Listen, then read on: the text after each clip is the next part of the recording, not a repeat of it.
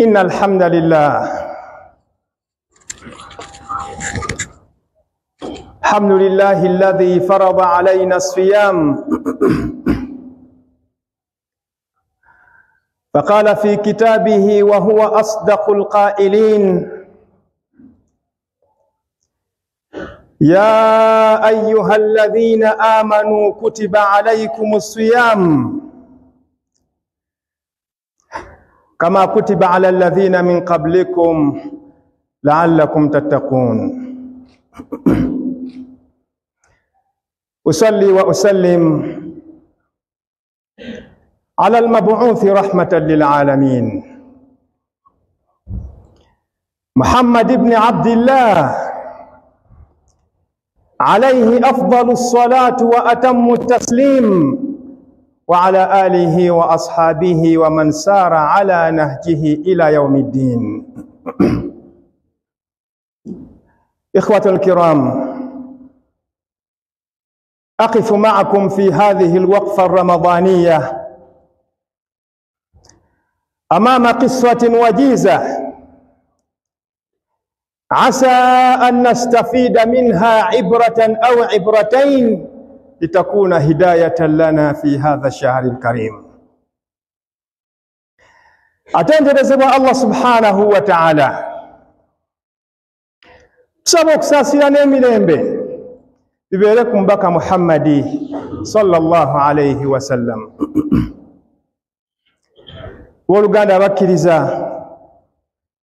matendo ga Allah subhanahu wa ta'ala yatulalika okusiba mwezi gwa Ramadhan. Naye mu kaseera kano nga tukyali mu 10 ezisooka ez'omwezi gwa Ramadhan, munzikirize mu khutba yaffe eno ey'olwaleero tubeeko n'ekyafaayo ekitonotono kye tugenda okuyiga, oluvannyuma tunaafunamu ekyokuyiga kimu oba bibiri. Rawat Ummul Mu'minina Aisha, mama waffe Aisha radhiyallahu anha tunyumiza anna imra'atan sauda, timazimu omukyala yali muddugavu, kanat takhdimu Rasulallahi sallallahu alayhi wasallam, omulimu gw'omukulu gwali gwa kuweereza mubaka Muhammadi sallallahu alayhi wasallam.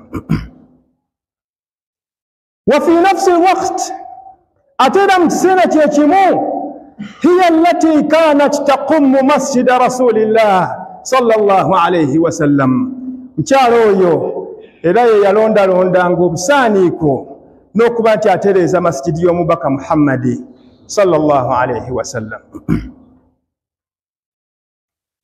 ولكنها أثناء خدمتها لرسول الله، نيوم جانو ويقولanga emirimu jejo كانت تردد قولها، yabeeranga ine ekigambo kyaddiringana buli kaseera nga akola omulimu nga bw'omanyi mu nkola zaffe okola omulimu ng'olina akayimba akakumotivatinga. Kyalo ono yagambanga wa yawma alwishahi min a'jibi rabbina ala innahu min biladi alkufri anjani. Omukyala ono bwe yalinganga akola emirimu gye yalinanga akayimba keyaddiringananga ng'agamba nti wa yawma alwishahi, n'olunaku olw'ekiyondo oba olw'omuyondo, min a'jibi rabbina, olunaku olwo lunaku lwa byakwewuunya nnyo mu maaso ga Allah subhanahu wa ta'ala, ala innahu min biladi alkufri anjani, kubanga ku lunaku olwo Mungu subhanahu wa ta'ala bwe yanzija mu nsi ey'abatakkiriza. هذه عائشة أم المؤمنين، عائشة ماما وبكرزة، جعلت تسألها يتالك مبوزا وما يوم الوشاح، لا تيجي لكم نكورو ولا سكاف، لا تيجي لكم نكورو ولا يوندو. فبدأت تقص لها هذه القصة، omukyala atandika okumunyumiza ekyafaayo kino. تقول هذه السيدة، mukyala ono agamba كنت أخدم بيت من بيوت العرب، nali muweereza nga ndi muzaana muzimu ku nnyumba z'abasajja abawarabu. Fa ahsantu khidmatahum, ne mbaweereza bulungi, hatta a'taquni, okutuusa bwe baalaba nti kati gwe tokyasaanye kubeera muzaana, oluvannyuma ne bamuta n'afuna eddembe lye. Walamma nadhartu yaminan wa shimala, mukyala muddugavu ali mu nsi y'Abawarabu, naye bamutadde agende, alina eddembe lye, naye agamba bwe natunula ku ddyo, ne ntunula ku kkono, ne ntunula mu maaso, ne ntunula emabega, lam ara almasir, nasiraba gye ndaga. Fafaddaltu an abqa fi hadha albayt, nensalawo nti kanjira nkyabeerako awo, after all sirina gye ndaga. Wa fi yawmin min al-ayyam, omukyala ono anyumya n'agamba olumu mu nnaku, khudibat fatatu hadhihi al-usra, waliwo omuwala yali mu famire eyo, bajja ne bamuwoowa, bajja ne bamwogereza. Wa kana min aadati al-arab, naye ng'ate yalinga mu nkola y'Abawarabu, an yulqu al-wishah, okusuula ekiwero ekimyufu wayinza okuyita omuyondo, ala al-makhtuba, ku mukyala gwe bamaze okubeera nti bamwogereza. Wa kana hadha al-wishah, omuyondo ogwo, kana fadlan azima, kyalinganga kintu nga ky'amaanyi. Buli muntu yenna agukuumanga butiribiri, kubanga kalinganga kabonero akalaga nti abantu ba famire eyo essaawa yonna basuubira okubeera nti bafuna abagenyi.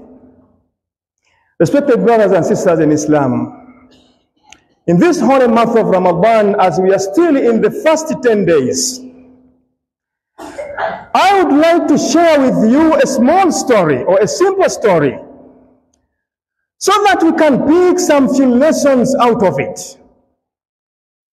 Aisha radiyallahu anha narrates that during the time of the Prophet Muhammad sallallahu alayhi wasallam, there used to be a black woman. And this woman used to serve the Prophet sallallahu alayhi wasallam. At the same time, she used to clean the mosque of the Prophet sallallahu alayhi wasallam. But amidst her cause, amidst her doing of that work, she used to repeat a certain poem. The meaning of the poem is that, and on the day of the scarf, it is one of the interesting days before my Allah, before my God, because it was on this day that I was liberated from the country or from the place of disbelief. So Aisha was so interested. She wanted to know, what is the secret behind that day? Until when this lady starts narrating her story, and she says quickly that I used to be a servant, or I used to be a maid in one of the families of the Arabs. I served them until when they felt satisfied and they set me free. But when they set me free, I looked left and right. I couldn't see where to go. She's a woman, she's black, and living in an Arab region. She was just sold to that family, and therefore she doesn't know anywhere to go. So she says, I decided to stay in that home until the time when one of the daughters in that home was proposed. And it used to be a custom of Arabs that any woman that is proposed, the proposer brings a scarf, a red scarf, and then he grants that scarf as a gift to that lady. It was so respectful, it was so respectable, it was so much dignified. The Arabs used to attach a lot of value on that scarf. That is where we are, brothers and sisters in Islam. إخوة الأفاضل، تقول هذه المرأة، omukyala ono agenda mu maaso n'okutunyumiza nga atugamba, فيوما دخلت هذه الفتاة في الحمام. olunaku lumu omuwala ono gwe baawooye atambula n'omuyondo gwe buli kiseera ayingira ekinaabiro. فتركت الوشاح على الجدار omuyondo guno gwe baali bamuwadde omumyufu ogulaga nti bamwogerezza yagukwata n'aguleka ku kisenge. Fajaat alkhid'a, waliwo ekinyonyi kyagala nnyo langi emmyufu, kyajja ne kikwata olugoye olwo. Fatwarat biha ila samaa, ne kirutwala paka waggulu. Falamma kharajat hadhihi alfatat, omuwala ono bw'amala okufuluma amaze okunaaba, falam tara wishahaha, alaba nga takyalaba lugoye lwo olw'ebbeeyi olulaga nti kati afuuse muntu wa buvunaanyizibwa. Fadhahabat wa akhbarat abawayha, ne agenda mangu n'ategeeza bazadde be. Bazadde be kye baakola, fattashu albayta kullah, baanoonya mu nju yonna. Wajaalu hadhihi alama, ne bafuula omwana ono omukyalo ono omuddugavu hiya almuttahamatu alula, bagamba nti ono alabika akwatiddwa omuwala ono ensaalwa, alina okuba nga yabbye olugoye lw'omukyalo ono. Kyala anyumya n'agamba istawqafuni, banyumiriza, wajarraduni min thiyabi, ne banzigyamu engoye zange zonna, wafattashu qubuli wa duburi, ne bannoonya mu bitundu eby'omu maaso ebyekyama n'ebyemabega. Falamma ra'aytu, bwe namala okulaba, an lam yabqa li min alhayaai shay'an, bwe nalaba nga sikyalina nsonyi zonna zonna zeesigazza, raka'tu ala rukbatayya farafa'tu yadayya faqultu ya rabbi inni bari'a. Yagamba bwe nalaba ensonyi zimpeddemu, bankutte buli wamu basaanye okubeera nti bankwata, nakkakkana wansi, neteeka amaviivi gange ku ttaka, nempanika emikono gyange ne ŋŋamba nti Katonda wange, inni bari'a, abantu bano bannanga bwemaki. Subhanallah. Taqulu al-ama wa bayna tarafat ayn, nga waakayita kaseera ka kutema lya liiso, alqat at-ta'ira hadha al-wishah, ekinyonyi kyasuula olugoye olwo fi nafsi al-makani alladhi ikhtafafatuhu, mu kifo kyennyini we kyakitadde. Falamma nadharu ila hadha alwishah, bamala okukitunuulira nga balaba ekinyonyi kisuddewo olugoye, dhahabu ila hadhihi alfatat liyastaghfiru liyatarahamu alayha, bagenda ne bamugamba munnange tusonyiwe, munnaye tetwategedde. Omukyala yagamba nti nedda, lam tuhsinu dhanna bi, batumwe muli babi, babaddemu ebbanga lino lyonna naye temusobodde kumpa benefit of doubt. Hadha firaaqu bayni wa baynakum, olwaleero wano wenkoma okubeera nti mbasaavinga. Dalluni ala madinati rasulillah, essaawa eno sirina kyenjagala, wabula kyenjagala mundagirire ekibuga ky'omubaka Muhammadi sallallahu alayhi wasallam. Fa akhadhat masiraha, yakwata ekkubo lye n'agenda e Madiina. فالتقت برسول الله صلى الله عليه وسلم وأسلمت على يديه, ناس سنكن ومبكى إلى كنز وبسلام ناس ومبكى محمد صلى الله عليه وسلم أسبروك بيرانتي أبيراه نابا يبيران قوم في ماما وفي عائشة رضي الله عنها. ومجالو يو اتسيرا شاتو كمونغ نامو الجنولا. فلما ماتت بمرقفة ذهب الصحابة إلى النبي صلى الله عليه وسلم, بالصحابة باقين والنبي ليخبروه عن خبر وفاته, بمتقزت ومجالا فد فوجدوه نائما في القيلولة. بس أن النبي أم الدمون والأمولا أبو ورب لبقر الفجمال والصلاة الظهر لبقى قام أن تتجاكم متوانيا. بعد أيام تفقد الرسول هذه المرأة, Noise naku lumo kobiri na byabuza omukyalo ono nga si kyamulaba. Hakadha alqaid, omukulembeze bwatyo bwali. Ne bamugamba ya Rasulallah, matat wa dafannaha, yafudde twamuziise.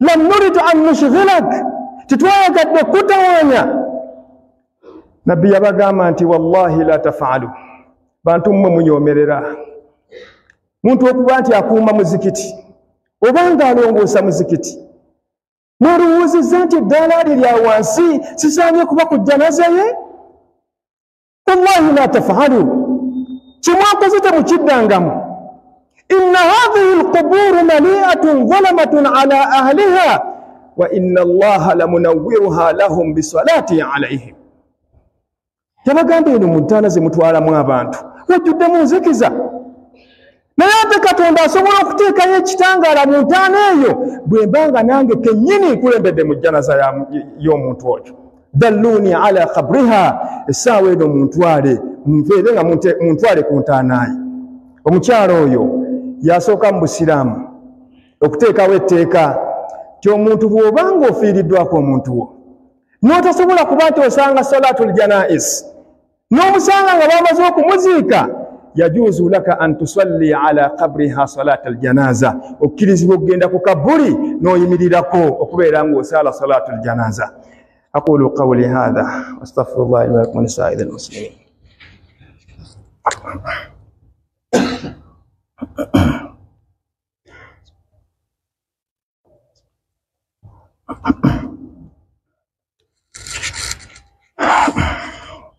إن الحمد لله الحمد لله ولي الصالحين والصلاة والسلام على رسوله صادق الوعد الأمين. Respected brothers and sisters in Islam, allow me to complete the story in the English version in the shortest time possible. Aisha narrates that one day this woman was living and was serving in one of the families of the Arabs. Then one person came and proposed, a certain lady in that family. And it used to be a custom of Arabs to bring a red scarf. And that scarf was so valuable to an extent that a lady used to move along with that scarf in a lot of pride. So one time, this young lady went for showering. She left the scarf on the wall.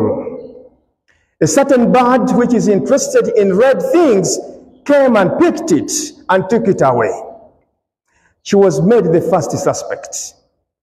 She says that they summoned me. They made me to stand. They stripped me naked. And they investigated my rear and front private parts. When I saw that I'm no longer having any minimum modesty, I went down to my knees, I raised my hands, and I said, "Oh my Lord, I am innocent." This is the lady. After that situation, she requested that she can no longer be in this house. So she went until when she settled in Medina, and she started serving the Prophet Muhammad sallallahu alayhi wa sallam. Ikhwatul afadil, abooluganda abakkiriza, man alladhi fattasha qadiyatu hadhihi almar'a? Musijja tuwangaliramu olwaleero mulimu abantu nga beeteeka kumpi ku ddaala lya Katonda. Era ne bw'obanga olina amazima g'onoonya akugamba tolina kyojja kutuukako. Naye njagala okubabuuza, man alladhi haqqaqa qadiyata hadhihi almar'a? Njagala mumbuulire mu mitima gyammwe, ani yanoonyereza ku musango gw'omukyalo oyo? Man alladhi dafa'a anha?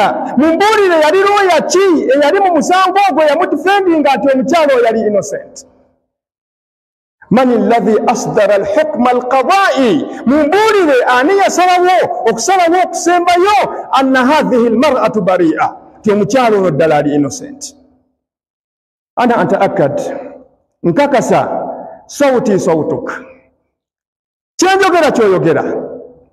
Tewaliwo muntu yenna yali mabega wa kino kyonna illa rabbal alamin, okuggyako Katonda nannyini buyinza. Akhi alkarim, muganda wange, araka hazinan, ndaba ennaku ekutuddemu. araka kaiban ndaba weddemu essuubi araka qanitan nkulaba nga tokyalinawo essuubi lyonna liajali almasaibu allati ahatat bik olw'ebizibu by'otubiddemu walakin inna allaha alladhi istajaba duaa hadhihi alamati sauda naye njagala okukakasa katonda eyayanukula edduwa y'omukyalo oyo omuddugavu ng'ali bwereere qadirun ala an yastajiba duaak asobola bulungi nnyo okubeera nti ayanukula edduwaayo fastajib lahu waduuhu fi hatha shahri alkarim ramadaani yino lwaki tomusaba katonda wasobole okubeera nti akuwa kyoyagala ya ayuha almustamil owange gwakozesa abantu tarahama ala nnas abantu bokozesa bayise bulungi hadhihi lama omukyalo ono gwe mulaba omuddugavu engeri gyeyalinga akozemu emirimu gy'obulungi wandirowoozezza nti newe yandibadde suspect wallahi tebandimuyizizza bwe batyo naye abantu baffe bazibu osobola okubeera naye okumala ebbanga naye n'ovaamu ensobi emu oba bbiri n'atakuwa mukisa kubeera nti oyogerako mu maaso ge naye oluvannyuma bwe byonna byonna n'agamba nti kwata ekkubo otambula ogende booluganda abakkiriza mu mbeera efaanaganako bwetyo tukubeere nga tugulumiza nnyo abakozi baffe omukyalo ono oyinza okumulaba ng'owa bulijjo oyinza okumulaba ng'abadde alongoosa obulongoosa omuzikiti naye omukozi akola ewuwo njagala okukakasa abeera nga mwanawo era njagala okukakasa nti muwalawo asobola bulungi nnyo okukeera ku makyanga naye mukozi mu nnyumba ya muntu mulala senga ombuuza statement ki gye nnyinza okubalekera mu mwezi gwa ramadaani guno yakugamba statement emu ramadan shahru lihsan ramadan mwezi gwa kulongoosa tulongoose era emitima gyaffe ate tubeere nga tulongoosa n'ebiri abantu abalala brothers and sisters in Islam, as I wind up, I wish to call upon all of you to pick some stories, to pick some lessons out of this story. There are several questions that you might ask yourself, but I also know that you have the answers. If I may ask, who investigated this case? Who prosecuted it? Who defended this innocent lady? Who issued the judgment that indicated that this lady was innocent? At the end of the day, you will say, it is Allah. That is why, as I wind up the khutbah, I wish to inform you that I can see that you have some challenges around you. They might be social, they might be economic, they might be spiritual, there might be many other challenges that you might be having. But I can assure you, the Lord that answered the prayer of that innocent lady who was black and a slave, he is just near to you to answer your prayers. You have the holy month of Ramadan so that you can ask Allah subhanahu wa ta'ala to forgive you and to give you all what you want. Finally, let us respect those people who are below us.